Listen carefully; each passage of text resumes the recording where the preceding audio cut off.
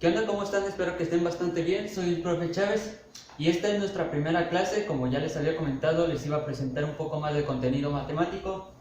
El primer video va a ser el diagrama de los números reales, algo sencillo para comenzar. Y bueno, antes que nada un saludo a Santiago Limón, que es un alumno que tuve en mis prácticas y que me ha apoyado desde un inicio, igual en la página de Facebook. Me ha apoyado, entonces muchas gracias y también saludo a los demás.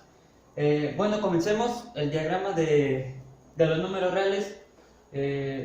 Bueno, antes que nada, deberíamos de saber que los números se pueden clasificar en ciertos tipos, por así decirlo. Vamos a comenzar con la C, una C media rara, significa complejo, entonces vamos a partir desde los números complejos, que básicamente son todos los que existen. Después hay como que dos vertientes. Uno es números imaginarios, que se puede representar como con un 2 romano, o muchos lo representan con una I, para no confundirse, imaginario. Y del otro lado son los números reales, que se representa con una R, así. Los imaginarios, pues ahí se van a quedar. Los que se van a seguir desprendiendo como más ramas son los números reales. Vamos a encontrar dos. Números racionales, que se representa con una Q, y los números irracionales, que se representa también con una Q, pero con una marca al lado derecho. Algunos lo ponen con una C pequeña, otros con una coma, pero nosotros vamos a usar la C.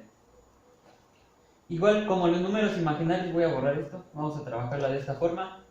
Como los números imaginarios, así se va a quedar los números irracionales. Los que se van a seguir desprendiendo más tipos de números son en los números racionales. Aún tenemos dos: los números enteros, que son con una Z, y los números naturales, que son con una N.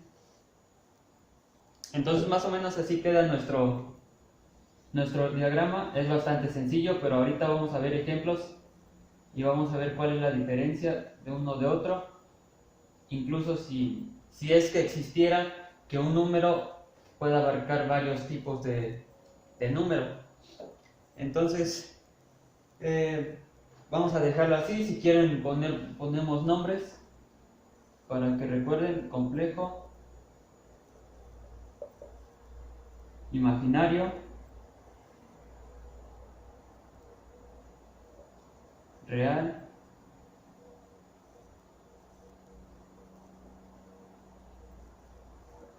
racional e irracional.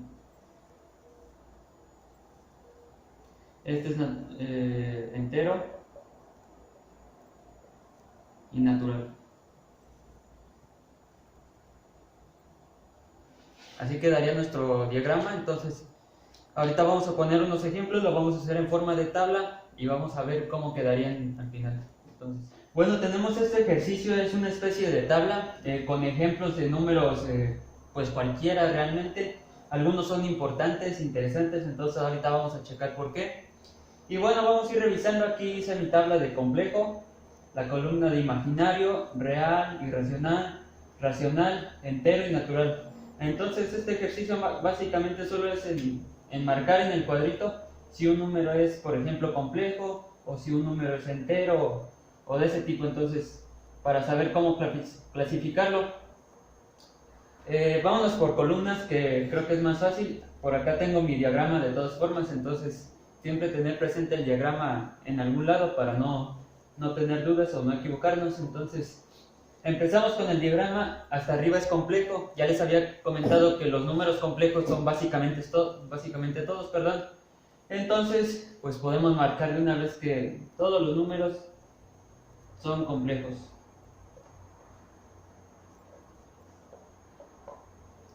Todos. En esta parte creo que es la única que no hay excepción. O sea, cualquier número que se inventen o cualquier cosa es número complejo. En donde sí cambia son en las demás columnas. Entonces ahora los números imaginarios, tal vez ya les suenen para algunos.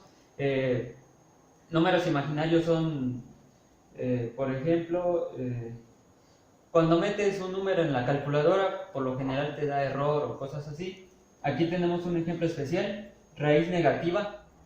Bueno, sabemos que la raíz negativa no existe porque para sacar una raíz consiste en multiplicar dos veces el mismo número y el mismo signo, entonces no hay número que sea igual y que al multiplicarlo nos dé signo negativo. Por ejemplo, más por más es más, menos por menos es más por menos es menos, pero son signos distintos, entonces no, pues podríamos decir que no existe entre muchas comillas, pero básicamente es imaginario.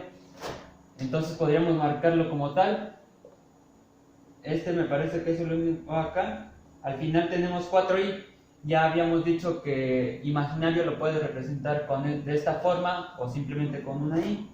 Entonces podremos marcarlo de una vez porque aparte de que ya está marcado como i, no sabemos qué valor podría tener esta letra. Entonces es un número imaginario.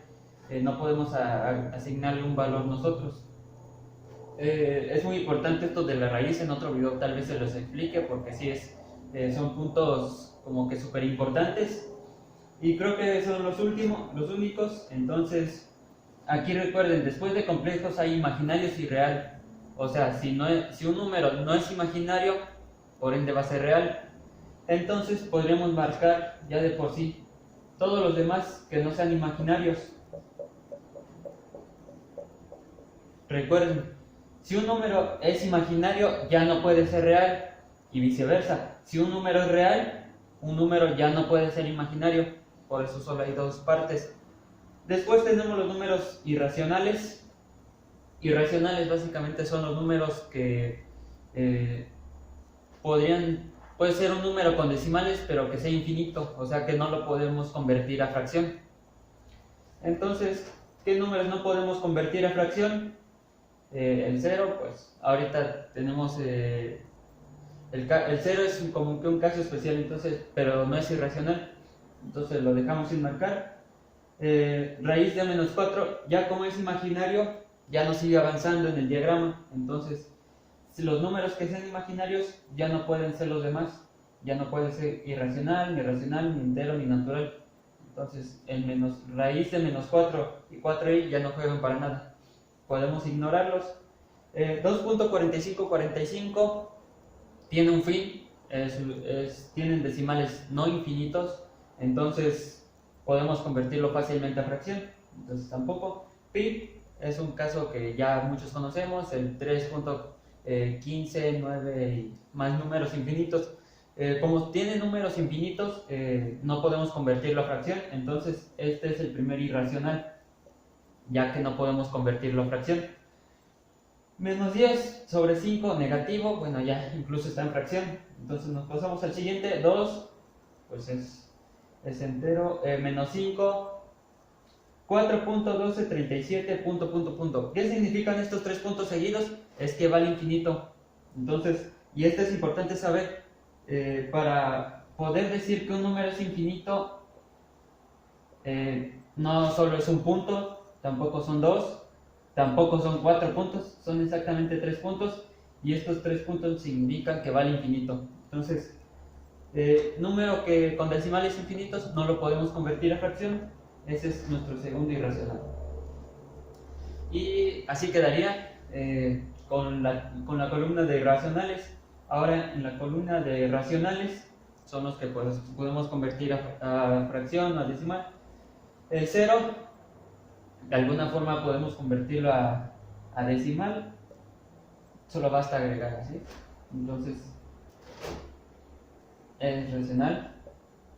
Repito, la raíz esta ya no juega desde un inicio.